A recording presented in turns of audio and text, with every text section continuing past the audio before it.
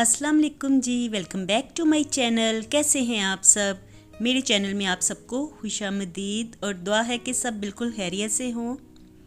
तो जी यहाँ पे मैं बना रही हूँ मूली वाले पराठे, क्योंकि आज ना मॉर्निंग में बच्चे ना स्कूल में लंच ले गए थे, तो अंडा डबल रोटी वो पहले ही ले गए थे, तो मैंने कहा कि अब उनके लिए ना पराठे ही बना लेती हूँ। तो सालन वगैरह कल का बचा हुआ मेरे पास कोई भी नहीं पड़ा हुआ था, तो फिर मैंने जल्दी जल्दी से ना मूलियों को क्रश किया और फिर इसका ना पराठा बना के तो बच्चों को अब मैं दे रही थी बारी बारी।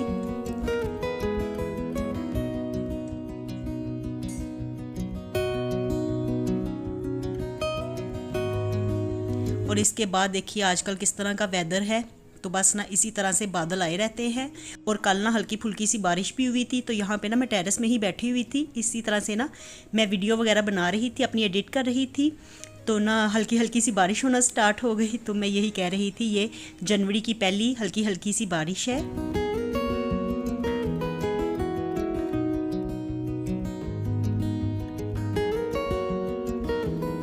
और अब ना मैं अंदर आ गई हूँ, क्योंकि बाहर ना इतनी ज़्यादा मुझे ठंड लगी। टेरेस में वैसे ही आजकल ना मौसम बड़ा सर्द होता है, तो थोड़ी देर के लिए भी वहाँ पे चले जाओ तो इतनी ज़्यादा सर्दी लगती है। यहाँ पे मैं फ़ौरन से अब अंदर आ गई हूँ और हीटर के आगे ही बैठ गई हूँ। और आजकल ना ज़्यादातर दिन हमारा यहीं पर हीटर के आगे ही स्पेंड होता है। जैसे ही काम वगैरह करवा के हम लोग फ्री होते हैं ना, तो यहाँ पे हीटर के आगे ही बैठ जाते हैं। और ना इस वक्त ये बिल्कुल ना स्लो स्लो चल रहा था, क्योंकि गैस ना दिन के वक्त भी आजकल हल्की होने लगी है। लेकिन बस जितनी भी स्लो हो ना गैस, हीटर अगर हल्का हल्का भी चलता रहे तो काफ़ी सुकून रहता है।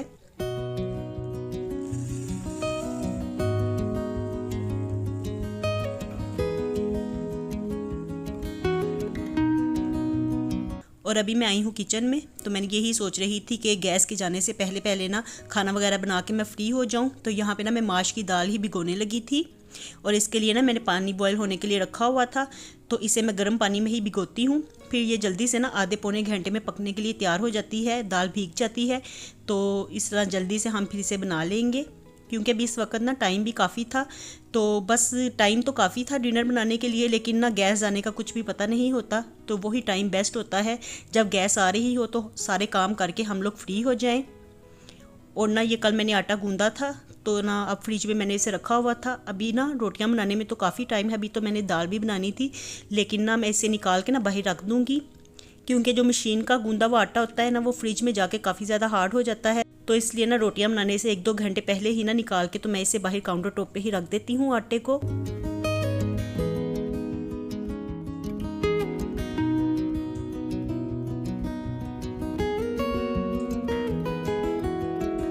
और अब मैं आई थी लाइट्स वगैरह ऑन करने के लिए, मगरिब का टाइम होने वाला था। तो मैं ना अब आपको अपने खरगोश दिखाने लगी थी। इनको हमने ना यहाँ पे बाहर के कमरे में ना आजकल रखा हुआ है।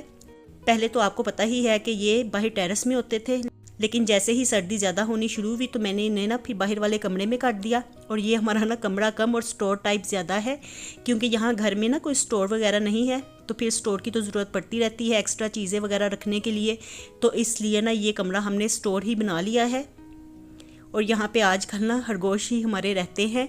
और देखिए मैं अब आपको ना इनके बेबीज़ दिखाती हूँ। तो ये बनीज़ देखिए इतने इतने हो गए हैं, और इतने ज़्यादा ये क्लेवर है ना, इतने फुर्तीले एक्टिव हैं कि टिकते नहीं हैं। और मैं आपको ना इनको पकड़ के ही दिखाने लगी थी, तो ये उछल उछल के ना इधर उधर घूम रहे थे। तो देखिए इनको भी पता चल गया था कि कोई हमें पकड़ने की कोशिश कर रहा है। मेरे हाथ में ही नहीं आ रहे थे, निकल जाते थे। इतने सॉफ्ट ना, बिल्कुल ऐसे लग रहा था जैसे ये रुई के गोले हों। तो देखिए आप कितने प्यारे लग रहे हैं ना।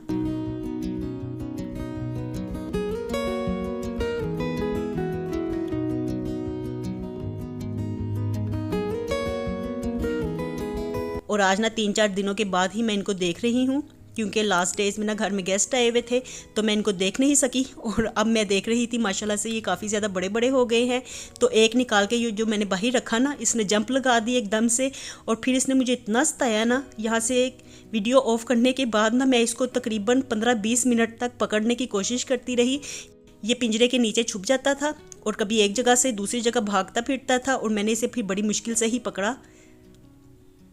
तो बस मैंने ना आप लोगों को दिखाने के लिए ही इसे बाहर निकाला था। और उसको ना वापस पिंजरे में डालने के बाद ना मैं दोबारा से किचन में आई हूँ। तो ना यहाँ पे मैं सलाद बनाने लगी थी, क्योंकि माश की दाल के साथ ना सलाद हो या अचार हो इतना ज़बरदस्त मज़े का लगता है ना, उसके बगैर माश की दाल मुझे टेस्टी ही नहीं लगती अगर ये दोनों चीज़ें ना हो। तो मेरे पास ना ये सलाद पड़ा हुआ था, सलाद की चीज़ें सारी थी, तो ना मैंने सोचा ये इस तरह ख़राब ही ना हो जाए, इसको बना के ना मैं रख लेती हूँ। आज जितना भी खाया जाएगा बाकी हम कल में खा लेंगे।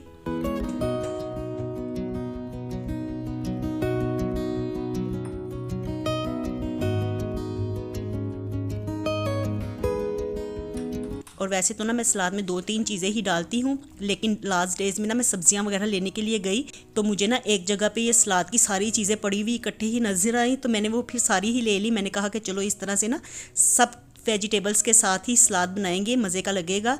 तो यहाँ पे देखिए कलरफुल सा हमारा सैलड तैयार हो गया है और इसे ना मैंने जल्दी से ना चॉप कर लिया था, चॉपर में डाल के ही।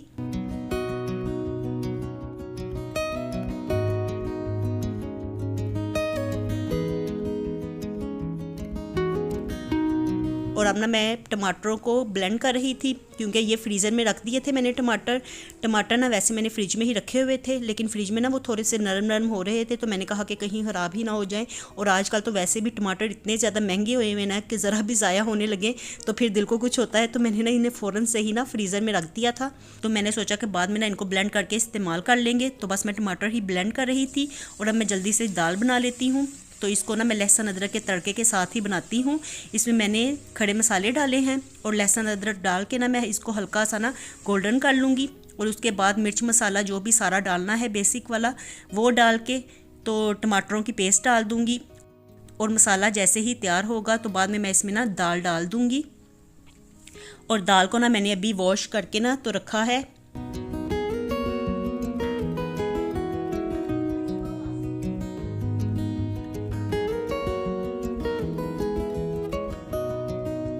और बस इसमें ना मैंने थोड़ा सा ही पानी डालना है, क्योंकि ना मैं इसे प्रेशर में ही बनाती हूँ और 5 मिनट की स्टीम लगाती हूँ। ये धुली हुई दाल थी और इसको ना मैंने तकरीबन 1 घंटा भिगोया है गर्म पानी में। और अब ना इसे बनाने के लिए ना सिर्फ इसे मैंने 5 मिनट की ही स्टीम लगानी है। तो बिल्कुल ना मैं टाइमर लगा लेती हूँ ताकि ना थोड़ा सा भी टाइम ज़्यादा ना हो, वरना फिर ना ये गल जाती है, बिल्कुल हलवा बन जाती है। तो यहाँ पे ना मैंने 5 मिनट का टाइमर लगा दिया था और मैं आपको भी दिखा रही थी।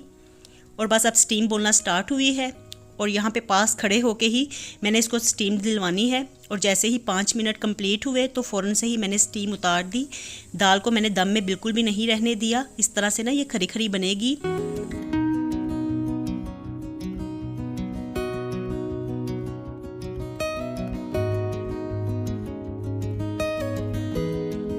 तो इसी तरह से हमें दाल अच्छी लगती है। और देखिए जितना मैंने पानी डाला था ना वो भी आपको एक्स्ट्रा ही लग रहा होगा।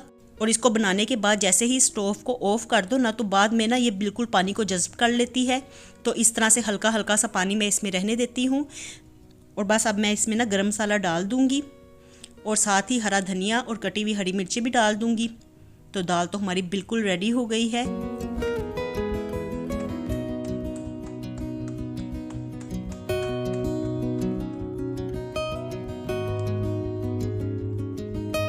और अभी ना मैं आपको इसकी फ़ाइनल लुक बाद में दिखाऊंगी, तो आप देखिएगा कि दाल आपको कैसी लग रही है। तो देखिए ज़बरदस्त सी दाल बिल्कुल रेडी थी। बच्चों को साथ में अब मैं रोटियां भी बना के देने लगी हूँ। तो आज मैं चाह रही थी सारे काम करके ना फ्री हो जाऊँ जल्दी से, ताकि ना बाद में ये टेंशन तो हमारी ख़त्म हो कि अभी हमारा खाना बना नहीं है। क्योंकि आजकल ना रात के वक्त में सबसे बड़ी यही टेंशन होती है कि खाना तैयार नहीं होता तो गैस चली जाती है, और जाती भी बिल्कुल हल्की भी नहीं होती। एकदम से जब जाना शुरू होती है ना तो बिल्कुल ही ऑफ हो जाती है। चाहे फिर आप जो मर्ज़ी काम कर रहे हो तो काम बिल्कुल वैसे ही पड़े रह जाते हैं। तो यहाँ पे गरम गरम दाल है और मैं साथ में ना रोटियाँ भी बना के ना साथ साथ ही बच्चों को देती जाऊँगी।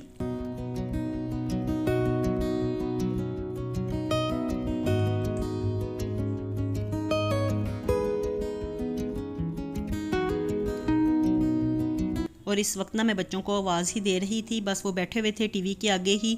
तो टीवी के सामने ही इस वक्त बैठे रहते हैं, टाइम फ्री होता है ना इस वक्त का, तो बस उनकी यही कोशिश होती है कि थोड़ी देर के लिए हम लोग टीवी वगैरह देखें। जिस तरह से एक चस्का पड़ा होता है ना बच्चों को टीवी वगैरह देखने का, मोबाइल खेलने का, तो बस इस वक्त ना यही टाइम आजकल फ्री है। क्योंकि स्कूल ट्यूशन वगैरह सब कुछ ओपन हो गए हैं, तो वो ना बस थोड़ा सा टाइम अपने लिए ढूंढते हैं कि फ्री टाइम हो और उसमें वो ना मोबाइल खेलें या फिर टीवी वगैरह देख लें। तो इसी तरह से ना मैं उनको आवाज़ दे रही थी कि आके ना अपना खाना पकड़ते जाओ। और बस अब मैंने यहाँ पे बैठ के अकेली ही खाने लगी हूँ, क्योंकि बच्चे तो खा बैठे थे।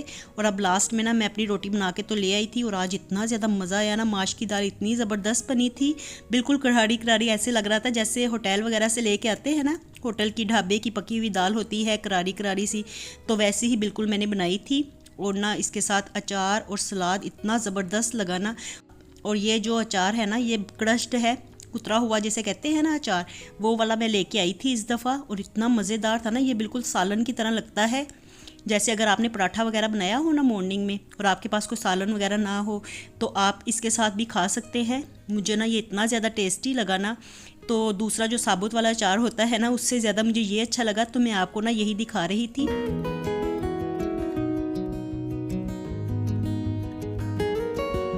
तो चलिए जी, यहाँ पे तो मैं अपना मज़ेदार सा डिनर कर रही हूँ, गर्मा गर्म सा, और आपसे मैं लेती हूँ इजाज़त, मिलती हूँ नेक्स्ट व्लॉग के साथ। खुश रहिए जी, आबाद रहिए, अपना बहुत सा ख्याल रखिएगा। अल्लाह हाफिज़।